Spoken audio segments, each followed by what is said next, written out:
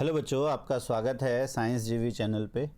बच्चों, आज हम करने वाले हैं क्लास 8th का विज्ञान का अभ्यास प्रश्न पत्र, जो कि आपके आने वाले एनुअल एग्ज़ाम 2025-26 के लिए काफ़ी इम्पोर्टेंट होने वाला है। इसमें किस तरह का पैटर्न आएगा, आपका कैसे क्वेश्चंस आएंगे, पूरी डिटेल में हम समझेंगे। तो एंड तक आप ज़रूर वीडियो देखना और चैनल को ज़रूर लाइक कर लो। इस पर और भी प्रैक्टिस पेपर सभी सब्जेक्ट्स के आते रहेंगे। तो स्टार्ट करते हैं। तो सबसे पहले अगर हम देखें, ये एक आपका सैम्पल पेपर जो कि डीओई की तरफ से रिलीज़ किया गया है। इसमें सबसे पहले अगर आप देखें तो 60 मार्क्स का आपका 60 मार्क्स का पेपर होना है, 2.5 घंटे का पेपर होगा, जिसमें आपके टोटल 5 सेक्शंस है। पहले सेक्शन में आपके बहुविकल्पीय प्रश्न मतलब MCQ क्वेश्चन होंगे इसमें।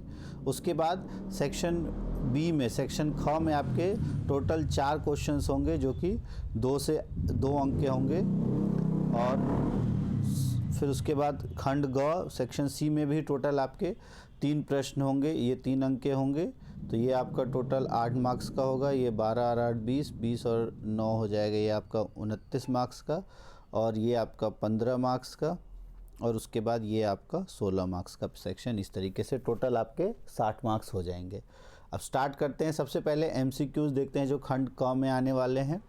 पहला प्रश्न है, इसमें आपको 1 से 12 तक में सिर्फ सही विकल्पों का चुनाव करना है। पहला क्वेश्चन है, एक ही प्रकार के पौधों को एक ही स्थान पर बड़े पैमाने पर उगाया जाता है, उन्हें क्या कहते हैं? तो जब एक ही प्रकार के पौधे एक स्थान पर लगाए जाते हैं तो उन्हें हम कहते हैं फसल। ठीक है। फसल 2 प्रकार के होते हैं, आपको पता है, रबी और खरीफ। तो ये भी आप जब भी पढ़ो तो उसके साथ साथ वाले टॉपिक भी पढ़ लिया करो। फिर अल्कोहल के उत्पादन में किस सूक्ष्म जीव का उपयोग होता है? जीवाणु, विषाणु, ईस्ट या शैवाल? तो अल्कोहल के उत्पादन में ईस्ट का प्रयोग होता है, और जिस प्रक्रिया के द्वारा बनता है उसे हम कहते हैं किण्वन। और इसकी खोज किसने की थी? तो वो की थी लुई पास्चर ने। तो इस तरह से आप जब भी कोई भी आंसर देखो तो उसके साथ के टॉपिक्स भी साथ के साथ रिवाइज करते रहो। अगला है, वनों की कटाई का अर्थ क्या है? तो वनों की कटाई का मतलब है अधिक पेड़ काटना, पेड़ों की कटाई, वनों की रक्षा, नए क्षेत्र में पेड़ लगाना। तो इसका सही हो जाएगा पेड़ों की कटाई। फिर है, यौवन के समय होने वाले परिवर्तन किसके द्वारा नियंत्रित होते हैं? तो जब युवा अवस्था में शरीर में परिवर्तन होते हैं वो किसके द्वारा नियंत्रित होते हैं? तो वो हार्मोन के द्वारा। फिर है, वह रासायनिक प्रक्रिया जिसमें कोई पदार्थ ऑक्सीजन के साथ अभिक्रिया करके ऊष्मा प्रदान करता है, वह क्या कहलाती है?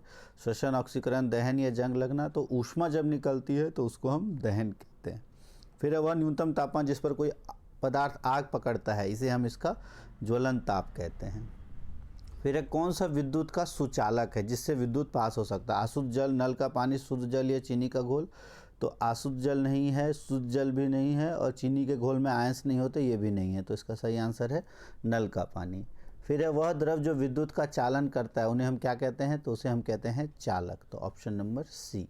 फिर है, कॉपर सल्फेट के विद्युत अपघटन में कॉपर कहाँ जमा होता है? तो जब भी हम विद्युत अपघटन करते हैं तो 2 रॉड होता है हमारा, एक के ऊपर प्लस चार्ज होता है, एक के ऊपर नेगेटिव चार्ज होता है। और जो नेगेटिव प्लस चार्ज वाले को हम कहते हैं एनोड, और नेगेटिव चार्ज वाले को कहते हैं कैथोड। तो जो धातु है, धातु के ऊपर क्योंकि पॉजिटिव चार्ज होता है, प्लस चार्ज होता है, तो प्लस वाला जाता है नेगेटिव की तरफ, तो यानी कैथोड की तरफ। तो कॉपर कहाँ जमा होगा? तो कैथोड पे।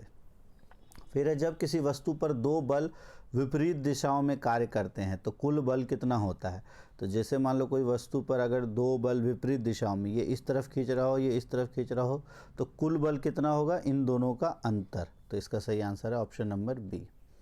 फिर है, ध्वनि किसके माध्यम में गमन करती है? ठोस, द्रव, गैस, ये तीनों? तो ठोस, द्रव और गैस तीनों में ये गमन करती है। सबसे तेज ठोस में और सबसे धीमी गति होती है गैस में। फिर ध्वनि की प्रबलता किस पर निर्भर करती है? आवृत्ति, आयाम, तारत्व या माध्यम? तो प्रबलता जो है आयाम पर निर्भर करती है, और प्रबलता आयाम के वर्ग के समानुपाती होता है। तो अगर हम देखें तो प्रबलता जो है ध्वनि की, ये आयाम के वर्ग के समानुपाती है। अगर आयाम हम 2 गुना करेंगे तो प्रबलता कितनी हो जाएगी? 2 का स्क्वायर 4 गुना। तो इस तरह से ये भी आपको याद रखना है। फिर ये आपके पहले 12 MCQs थे। उसके बाद अगर हम देखें तो इनमें बताना है आपको ए और बी में से किसी एक का उत्तर देना है। तो जब भी एग्ज़ाम में ऐसा है ए या बी में से किसी एक का, तो या तो आपको ऊपर वाला उत्तर देना है या नीचे वाला। अभी तो हम दोनों का उत्तर देखेंगे। क्या है? भारत में उगाई जाने वाली 2 प्रमुख फसलों के नाम बताइए, प्रत्येक का एक एक उदाहरण दीजिए। तो 2 प्रमुख फसल हो जाएंगे आपके रबी और खरीफ, और दोनों का एक एक उदाहरण देना है। वैसे आप 3 उदाहरण कम से कम याद रखो।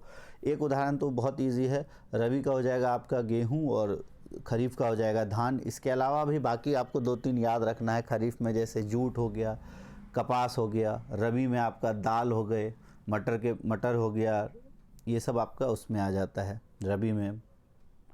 फिर है बुआई से पहले मिट्टी को तैयार करना क्यों महत्वपूर्ण है? ताकि जो उसके अंदर खरपतवार है वो बाहर आ जाए, और जो मिट्टी है वो ढीली हो जाती है तो उसमें हवा जो है वो आसानी से नीचे तक जा सकती है। जो खनिज हम मिलाएंगे वो आसानी से नीचे तक पहुंच जाती है, जड़ों तक।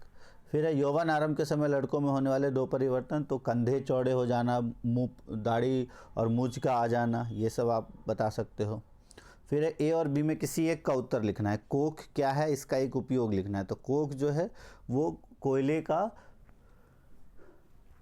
शुद्धतम रूप, यानी कि वो सरंध्र ठोस पदार्थ होता है, और इसका उपयोग ये इस्पात के निर्माण में और धातुओं के निष्कर्षण में इसका यूज होता है। पेट्रोलियम का निर्माण कैसे हुआ? तो समुद्री जीव जब धीरे धीरे मर गए, उसके ऊपर उनके ऊपर मिट्टी की परत जमते गई, और समय के साथ साथ तापमान बढ़ने के कारण और दबाव बढ़ने के कारण पेट्रोलियम का निर्माण हुआ। और घर्षण के उपयोगी और हानिकारक होने के, तो उपयोग ये है कि हम चल पाते हैं, हानिकारक ये है कि हमारे मशीन ख़राब हो जाते हैं।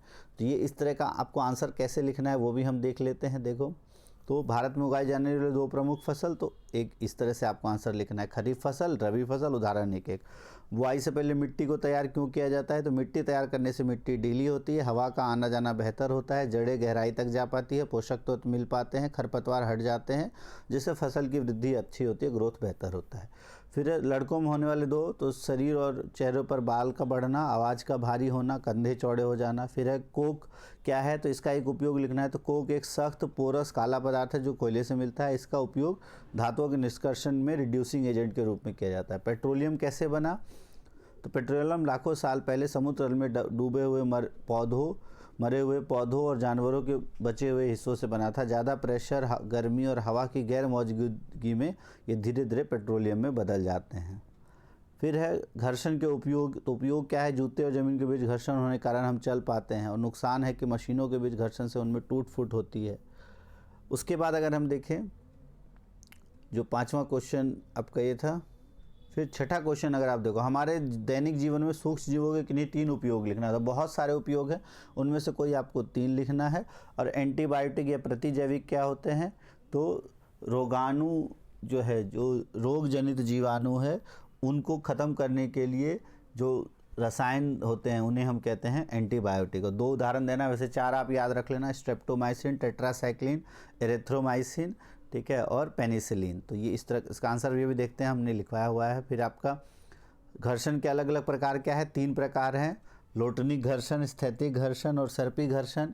और ऊँटों के पैर चौड़े क्यों होते हैं? और गहराई के साथ द्रव का दबाव क्यों बढ़ता है? अब इसके आंसर्स देख लेते हैं। तो क्या है आपका, हमारे दैनिक जीवन में सूक्ष्म जीव के 3 उपयोग। तो सबसे पहला है खाद्य के उत्पादन में। तो खमीर का उपयोग रोटी पकाने में, जो ब्रेड है, ब्रेड बनाने में किया जाता है। रोटी यानी कि ब्रेड की बात की जा रही है यहाँ पे, ठीक है। दवा जो है, जो सूक्ष्म जीव है, वो पेनिसिलिन जैसी एंटीबायोटिक बनाने में मदद करते हैं। पर्यावरण की सफाई, जो डीकम्पोजर्स हैं, जो कचरे और मरे हुए जीवों को तोड़ते हैं, वो पर्यावरण की सफाई में भी बहुत महत्वपूर्ण भूमिका निभाते हैं। फिर है फ्रिक्शन, यानी घर्षण के अलग अलग प्रकार क्या है? तो स्थैतिक घर्षण, सर्पी घर्षण और रोलिंग घर्षण। और सबसे कम जो है वो तीनों में से रोलिंग घर्षण होता है, ठीक है। इस तरह से आपको लिख देना है। फिर उसके बाद एंटीबायोटिक का 3 मैंने बता दिया, वो आपको लिखना है। फिर 8वां है कि ऊँटों के पैर चौड़े क्यों होते हैं? तो ऊँटों के पैर चौड़े और चपटे होते हैं, जिससे उनका वजन ज़्यादा जगह पर फैल जाता है और वो रेत में बिना डूबे आसानी से चल पाते हैं, जैसे कि वो ज़्यादा जगह पर फैल गए। फिर गहराई के साथ लिक्विड का यानी तरल का प्रेशर क्यों बढ़ता है? तो गहराई के साथ इसलिए प्रेशर बढ़ता है क्योंकि उसके ऊपर, जैसे मान लो ये पॉइंट है, तो जैसे जैसे ये गहराई जाएगा, इसके ऊपर जो पानी की मात्रा है वो बढ़ती जाएगी, और पानी की मात्रा बढ़ने के कारण उसका वजन बढ़ जाता है। इसी वजह से प्रेशर जो है वो ज़्यादा होता है। तो यही यहाँ पर लिखा हुआ है। तो इस तरह से ये कंप्लीट हमने यहाँ तक इसके सारे देख लिए। अब 9वां क्वेश्चन देखते हैं। ये सारे क्वेश्चन आपके ये 3 नंबर के क्वेश्चंस थे, ऊपर 2 नंबर के क्वेश्चंस, तो इस तरीके से आपको 2 और 3 वाले में लिखना है। अब खंड घ है आपका, जहाँ पर कि रिक्त स्थानों की पूर्ति के लिए उपयुक्त शब्द लिखना है। तो वह प्रक्रिया जिसके द्वारा जीवित जीव अपनी प्रजाति के नए जीवों का उत्पादन करता है, उसे हम क्या कहते हैं? तो उसे हम कहते हैं प्रजनन। तो पहले में आ जाएगा प्रजनन। नर और मादा युग्मक के मिलन को क्या कहते हैं? निषेचन। फिर मनुष्यों में निषेचन कहाँ होता है? तो वो होता है अंडवाहिनी यानी फैलोपियन ट्यूब। जानवरों जो बच्चे जन्म देते हैं, ऐसे जानवर जो बच्चों को जन्म देते हैं, उन्हें हम क्या कहते हैं? जीव प्रजक। ठीक है, जो अंडे देते हैं उन्हें कहते हैं अंड प्रजक। फिर ये लार्वा का तीव्र परिवर्तन के माध्यम से वयस्क में परिवर्तन कहलाता है कायांतरण यानी रूपांतरण। फिर आपको मिलान करना है, तो एलपीजी, तो एलपीजी का पहले का हो जाएगा आपका बी, घरेलू ईंधन में उपयोग। फिर है ज्वलन ताप, तो ज्वलन ताप सबसे कम तापमान जिस पर कोई पदार्थ आग पकड़ता है, तो वह तापमान जिस पर कोई पदार्थ आग पकड़ता है, तो ये हो जाएगा सी, ज्वलन ताप। फिर है मोमबत्ती का जलना, फॉस्फोरस और विस्फोट, तो विस्फोट तो इसका यही हो जाता है अचानक ऊष्मा और प्रकाश और ध्वनि उत्पन्न करता है। अब है फॉस्फोरस और मोमबत्ती का जलना, तो फॉस्फोरस और मोमबत्ती, तो फॉस्फोरस का होता है तीव्र दहन, अचानक से वो जल जाता है, और मोमबत्ती का जलना जो है वो क्या होगा? इसका डी हो जाएगा इसका, कि जो सबसे कम ज्वलन ताप होता है। तो इस तरीके से आप सबका लिख देना है। ठीक है, अब यहाँ पर आपको बताना है प्रकाश के नियमित और विस्तृत परावर्तन में क्या क्या अंतर होता है, और अंधेरे में किसी वस्तु को क्यों नहीं देख पाते हैं। उसके अलावा ये ध्यान रखना है, यह तो आपको ये इसके दोनों पार्ट करने हैं। इस तरह का अगर एग्जाम में है 1 अथवा 2 में से, तो आपको तो ये दोनों ऊपर के करने हैं, ये इनके ये दोनों करने हैं, तो दोनों में से कोई एक आपको करना है। ऐसा नहीं होगा कि एक इसका कर लो एक इसका कर लो, ऐसा नहीं। या तो ए और बी ये दोनों करो, या ए और बी ये दोनों आपको करना है। अब देखिए जरा इसके आंसर्स। प्रकाश के नियमित और विस्तृत परावर्तन में क्या अंतर होता है? तो ये परावर्तन है आपका, चिंतन नहीं है। तो नियमित परावर्तन ये तब होता है जब सतह चिकनी होती है, विस्तृत तब होता है जब सतह खुरदुरी होती है। इसमें जो परावर्तित किरणें हैं वो एक दिशा में चलती हैं, इसमें परावर्तित किरणें अलग अलग दिशाओं में चलती हैं। ये समतल दर्पण द्वारा होता है, ये सड़क की सतह पर जो परावर्तन होता है उसका ये है। फिर अगला था, हम अंधेरे में कोई चीज़ क्यों नहीं देख पाते हैं? तो क्यों नहीं देख सकते? क्योंकि चीज़ से परावर्तित होकर यानी रिफ्लेक्ट होकर हमारी आँखों में आने के लिए कोई रोशनी ही नहीं होती। जब तक कोई रोशनी टकरा कर हमारे आंखों तक नहीं गई तब तक हम चीज़ों को नहीं देख पाएंगे। फिर है प्रकाश के परावर्तन के नियम, तो ये इसका डायरेक्शन ऐसे रख लो, ये उल्टा दे दिया है, इसको इस तरफ से कर लो। तो ये आपका आपतित किरण हो जाएगा, ये हो जाएगा आपतित किरण। और फिर उसके बाद ये जो कोण है ये आपतन कोण, ये हो जाएगा आपका परावर्तन कोण, और ये परावर्तित किरण। तो एंगल आई और एंगल आर जो है, और आपतन कोण परावर्तन कोण के बराबर होता है। आपतित किरण, परावर्तित किरण और अभिलंब ये एक ही तल में होते हैं। तो ये दोनों पॉइंट को आपको याद रखना है, और ये इस तरह का आपको डायग्राम बना देना है। फिर है वास्तविक छवि और आभासी छवि में क्या अंतर है? तो वास्तविक छवि तब बनता है जब लाइट की किरणें असल में मिलती हैं, और जब प्रकाश की किरणें मिलती हुई प्रतीत होती हैं तब आभासी बनता है। वास्तविक स्क्रीन पर मिलता है, ये स्क्रीन पर नहीं मिलता। वास्तविक उल्टा होता है, ये हमेशा सीधा होता है। फिर उसके बाद आपका पैराग्राफ का क्वेश्चन है 12वां, जिसमें इस तरह का एक पैराग्राफ दिया होगा और उससे रिलेटेड क्वेश्चन, जैसे वनों की कटाई क्या है, वनों की कटाई के 2 परिणाम, भारत में किन्हीं 2 संरक्षित वन, और डी। अब ये ध्यान रखना, यहाँ पर सी और डी में ऑप्शन दिया है, तो ये करना है या आपको ये करना है। अब इसके सभी के आंसर्स देख लेते हैं। तो सबसे पहला जो है आपका वनों की कटाई वाला, तो वनों की कटाई क्या होती है? तो वनों की कटाई यानी डिफॉरेस्टेशन का मतलब होता है बड़े पैमाने पर जंगलों का काटना और पेड़ों को साफ करना। फिर वनों की कटाई के 2 परिणाम, तो वन्य जीवों के आवास का नुकसान, मृदा अपरदन में वृद्धि होती है। फिर है भारत में किन्हीं 2 संरक्षित क्षेत्रों के नाम, तो जिम कॉर्बेट राष्ट्रीय उद्यान, काजीरंगा वन्य जीव अभ्यारण्य। फिर पेड़ लगाने से क्या फ़ायदा होता है? तो ऑक्सीजन का लेवल बढ़ता है, कार्बन डाइऑक्साइड कम होता है, ग्लोबल वार्मिंग कंट्रोल होती है, मिट्टी के कटाव को रोका जाता है, मिट्टी उपजाऊ बनाई जाती है, जंगली जानवरों को रहने के लिए जगह मिलती है जिससे बायोडाइवर्सिटी की रक्षा हो पाती है, और ऑक्सीजन का लेवल बढ़ने से और कार्बन डाइऑक्साइड को कम करने से ग्लोबल वार्मिंग कंट्रोल होती है, और मिट्टी के कटाव को रोकना और उपजाऊ मिट्टी को बनाए रखना एक महत्वपूर्ण इसका काम होता है। अब अगला क्वेश्चन अगर देखें, क्वेश्चन नंबर 13, तो ये पेट्रोलियम के बारे में आपको दिया हुआ है, जिसे कच्चा तेल भी कहा जाता है। पृथ्वी गहराई में पाए जाने वाला एक तेलीय द्रव है। रिफाइनिंग की जाती है। इसके बाद पेट्रोल, डीजल, केरोसिन, चिकनाई तेल, पैराफिन, मोम और एलपीजी बनाए जाते हैं। इनमें से पेट्रोलियम उत्पाद कहते हैं। तो ये आपको दिया हुआ है। अब कहा गया सामान्यतः किस नाम से जाना जाता है, तो देखो यहाँ भी दिया हुआ है, कच्चा तेल से जाना जाता है। रिफाइनिंग क्या होती है, तो रिफाइनिंग होती है एक प्रक्रिया जिसमें इसे अलग अलग उपयोगी उत्पादों में विभाजित किया जाता है। उनमें से कुछ उत्पाद ये आपको दिए हुए हैं। फिर है किन्हीं दो पेट्रोलियम उत्पादों के नाम, तो इनमें से कोई से भी दो लिख दो और उनके उपयोग आपको बताने हैं। पेट्रोलियम उत्पादों का बुद्धिमानी से उपयोग करना क्यों आवश्यक है, ये भी अभी हम देखते हैं। और इसका जो आंसर है अगर देखो, तो पेट्रोलियम को सामान्यतः क्रूड ऑयल यानी कच्चा तेल या ब्लैक गोल्ड के नाम से जाना जाता है। पेट्रोलियम की रिफाइनरी या शोधन क्या होता है, कच्चे तेल से पेट्रोल, डीजल, केरोसिन, एलपीजी जैसे प्रोडक्ट्स को अलग करने का प्रोसेस है और यह फ्रैक्शनल डिस्टिलेशन से किया जाता है। फिर पेट्रोलियम के अलग अलग उत्पाद और उसके आपके नाम, काम दिए हुए, कार्य दिए हुए। पेट्रोल का क्या कार्य होता है, बाइक पेट्रोल और हल्के वाहन के ईंधन के रूप में। डीजल का काम होता है ट्रक, बस, जनरेटर के ईंधन के रूप में। केरोसिन का काम होता है खाना पकाने, लैंप जलाने, जेट फ्यूल के ईंधन के रूप में। एलपीजी का होता है घरों में खाना पकाने और गैस के रूप में। पैराफिन वैक्स का होता है मोमबत्तियाँ, मलहम, पॉलिश बनाने में। लुब्रिकेटिंग ऑयल का काम होता है मशीन में फ्रिक्शन कम करने के लिए इसका इस्तेमाल किया जाता है। तो इन सबको आप इजीली याद रख सकते हो। फिर है पेट्रोलियम प्रोडक्ट्स, यानी पेट्रोलियम के पदार्थ को समझदारी से इस्तेमाल करना क्यों ज़रूरी है, क्योंकि कि नॉन रिन्यूएबल रिसोर्स, यानी कि ये दोबारा अनवीनीकरणीय है। इनको दोबारा पैदा नहीं किया सकता, बहुत जल्दी ख़त्म हो सकते हैं। ज़्यादा पॉल्यूशन होता है तो ग्लोबल वार्मिंग बढ़ती है। इसकी बचत करने से आने वाली पीढ़ियों के लिए इसकी उपलब्धता सुनिश्चित होती है। इससे आर्थिक बोझ कम होता है क्योंकि पेट्रोलियम का इंपोर्ट महंगा है। और साफ़ और रिन्यूएबल एनर्जी रिसोर्स का बढ़ावा देने में मदद करता है अगर हम इसका कम इस्तेमाल करें। फिर उसके बाद आपका नेक्स्ट क्वेश्चन जो है यहाँ पर दिया हुआ है, आशुद्ध जल से भरे बीकर में बैटरी, बल्ब और ग्रेफाइट के इलेक्ट्रिक रॉड रखे। उसने देखा कि बल्ब नहीं चमक रहा था। उसने अम्ल की कुछ बूंदें डाली तो बल्ब चमकने लगा। तो आशुद्ध जल में बल्ब क्यों नहीं चमका, क्योंकि उसमें कोई भी आयंस जो है वो नहीं होते। आयंस होंगे तभी वो चमकेगा। अम्ल डालने पर बल्ब क्यों चमकेगा, क्योंकि उसमें आयंस आ गए। और शुद्ध और अशुद्ध जल के बारे में क्या दर्शाता है, किन्हीं दो द्रवों के नाम बताने जो चालक की तरह कार्य करते हैं। तो इसका भी आंसर आपको दिया हुआ है। अशुद्ध जल यानी डिस्टिल्ड वाटर में जो है बिजली का खराब कंडक्टर होता है और आयन नहीं होता है, क्योंकि और इसलिए कोई इलेक्ट्रिक करंट नहीं बहता और बल्ब नहीं जलता है। फिर है एसिड, यानी अम्ल डालने से बल्ब क्यों चमक लगा। एसिड में आयन होते हैं H+ आयन, और दूसरे आयन को छोड़ते हैं जिससे इलेक्ट्रिक करंट पास होता है। इसलिए एसिड मिलाने से घोल जो है एक अच्छा कंडक्टर बन जाता है और बल्ब जलने लगता है। फिर है यह प्रयोग शुद्ध और अशुद्ध जल में अंतर क्या बताता है, तो शुद्ध जल बिजली कंडक्ट नहीं करता, इसमें कोई आयन नहीं होता। अशुद्ध जल बिजली कंडक्ट करता है और इसमें आयंस होते हैं। फिर 4 द्रवों के नाम बताने जो सुचालक की तरह कार्य करते हैं, तो नींबू का रस, खारा पानी, सिरका और हाइड्रोक्लोरिक एसिड।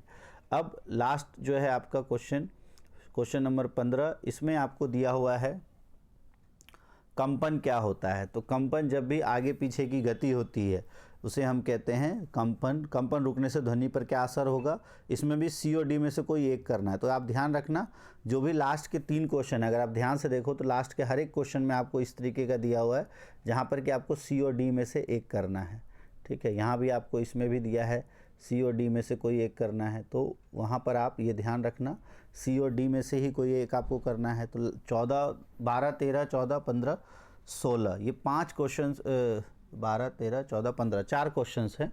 4 क्वेश्चंस ऐसे हैं जिसमें आपको A, B करना है और लास्ट के C और D में आपको अंतर दिया है। ठीक है, तो अब इसका हम देखें, लास्ट 15वां देख रहे थे, इसमें कहा गया है, अब इसके आंसर्स देख लें। तो कंपन क्या होता है, तो कंपन यानी वाइब्रेशन, किसी चीज़ के आगे या पीछे इधर उधर हिलना कंपन कहलाता है और इससे आवाज़ पैदा होती है। और कंपन अगर बंद हो जाता है तो ध्वनि का क्या होगा, तो अगर कंपन या वाइब्रेशन बंद हो जाता है तो आवाज़ भी बंद हो जाती है। वाइब्रेशन नहीं होने का मतलब कोई आवाज़ नहीं। फिर C में आपको पूछा गया है ऐसे उदाहरण जहाँ कंपन से ध्वनि उत्पन्न होती है। तो गिटार वाइब्रेट करता है, गिटार के कंपन से जो तार कंपन करता है तो इसमें आवाज़ उत्पन्न होती है। स्पीकर में जो इसका स्पीकर का डायफ्राम है वो कंपन करने से आवाज़ उत्पन्न होती है। बांसुरी में जो हवा के कॉलम है उसको वाइब्रेशन करने से यानी उसके कंपन से आवाज़ उत्पन्न होती है। और ड्रम में जो इसकी सतह है उसको बीट करने से, वो कंपन करने से आवाज़ उत्पन्न होती है। फिर उस माध्यम का नाम बताना है जिससे ध्वनि सबसे तेज़ गति से चलती है, तो वो है आपका ठोस। तो ठोस में ध्वनि सबसे तेज़ गति से चलती है और द्रव में उससे कम और सबसे कम वायु में। तो इस तरीके से ये कंप्लीट हमने सैम्पल पेपर कर लिया। आप इसको अपनी नोटबुक में अच्छे से नोट कर लो और इसी तरीके के क्वेश्चंस आपके एग्जाम में आएंगे, इसी पैटर्न पे क्वेश्चंस आएंगे। ये क्वेश्चंस डायरेक्ट नहीं आ सकते, हो सकता है कुछ इनमें से आ जाए, बट इसी पैटर्न पे क्वेश्चन आएंगे। तो इस तरह से आप अपनी तैयारी कर लेना और कमेंट बॉक्स में ज़रूर लिखना कि नेक्स्ट आपको कौन सा पेपर चाहिए, तो हम नेक्स्ट वो पेपर भी आपके लिए सॉल्व करके ले आएंगे। तो फिलहाल के लिए इस वीडियो में इतना ही। वीडियो अच्छी लगे वीडियो को लाइक ज़रूर करना, चैनल को ज़रूर सब्सक्राइब कर लो, रेगुलर इस पे वीडियोज़ आती रहेंगी। So thanks for watching science जीवी।